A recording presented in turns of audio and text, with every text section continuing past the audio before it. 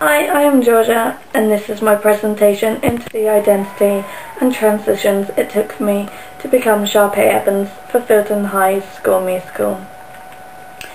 If you show society this logo or this guy, to most people it is instantly recognised and decoded as High School Musical.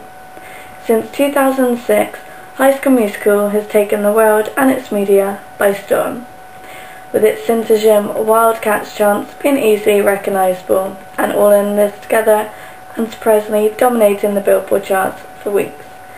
It's no wonder most people have heard of the smash hit movie, with an incredible 250 million people who have watched the first movie alone. You show the East Thai logo to the younger generation and it is usually successfully decoded by the child teen within seconds, the most usual response being excitedly High School Musical. The film's ideological interpretation of 21st century American high schools was a cleverly thought process, a marketing expert's dream. Its target audience being millions of children and teenagers. These kids would then go on to idolise the characters in which had been created. The cast of the film was a geniusly thought up creation by Peter Bocciolini. He created totally different characters, each juxtaposing the other. There was a character for each clique. We have Sharpay Evans, the antagonist, Gabriella Montez, the pretty and intelligent brainiac, and Troy Bolton, the head jock and protagonist of the movie.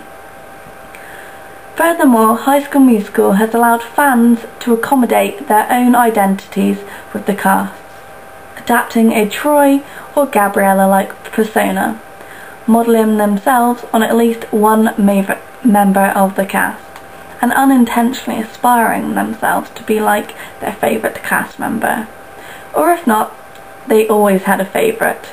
You'll find out who my favourite was later on in the presentation. High School Musical at my school. My journey into the change within my identity and adapting a different persona. Like many, I have always been a fan of the Disney hit movie, so when I heard that a high school was creating their own version of the film, I jumped at the chance to audition and be part of the High School Musical phenomenon. The audition process was huge and consisted of a piece of music, script and dance from the film in front of 4 very, very terrifying judges. Beforehand, I had to read and learn the script given instantaneously. To help me engage with the character, I adapted a semiotic approach: sender, message, receiver. I read the script, thought about the character I was trying to interpret, and then acted it out. The sender being myself, the message being the script, and the receiver in this case being the judges or the panel. In the script, her use of dialogue contains a lot of code switching, depending on which character she is talking to, but in most cases she dominates. But around Troy, she's more sweet and has more warmth, even though that warmth is sometimes see-through. She speaks with a lot of statural convergence. She is the president of the drama club. The authoritative tone in her voice authenticates this.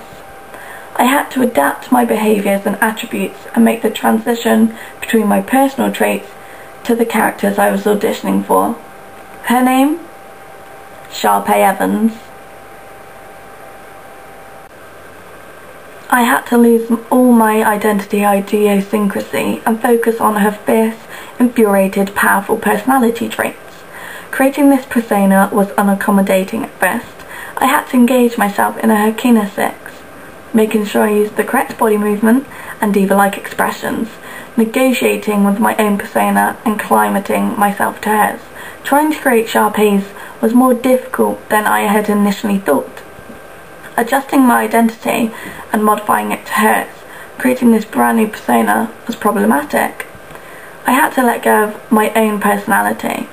Gatekeeping was most definitely not required to pursue this role.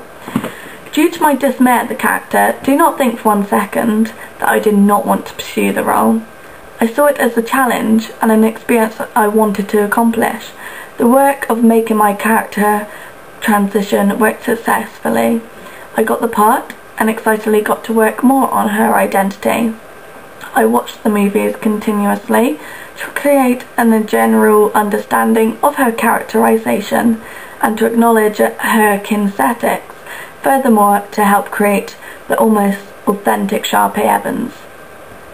To achieve this, I went on a vigorous acting class with my student teacher, Kez.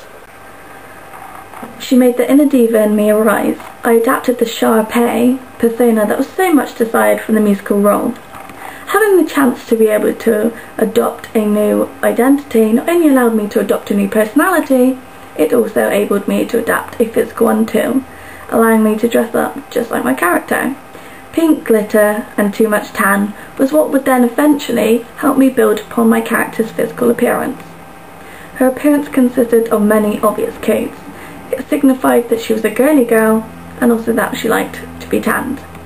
However, if you look further into her core self, like Cooley's theory, like his theory, Sharpay dresses to shock and to stand out, not to socialise within different cliques.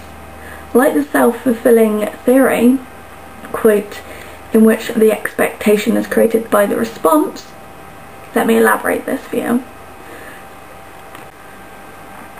Because Sharpay is such a loud, bold sort of character, not only within her physical self, but within her mental state, the response Sharpay gives off and the feedback she gets creates a social role for her and creates an expectation of her personality trait.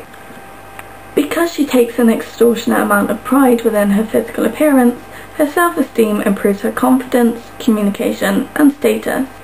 Like Cooper Smith states, self-esteem as a personal judgment of worthiness. With Sharpay's high self-esteem, it allows her high status, furthermore aiding her socially valuable attributes and makes her more confident and more of a popular person at these times.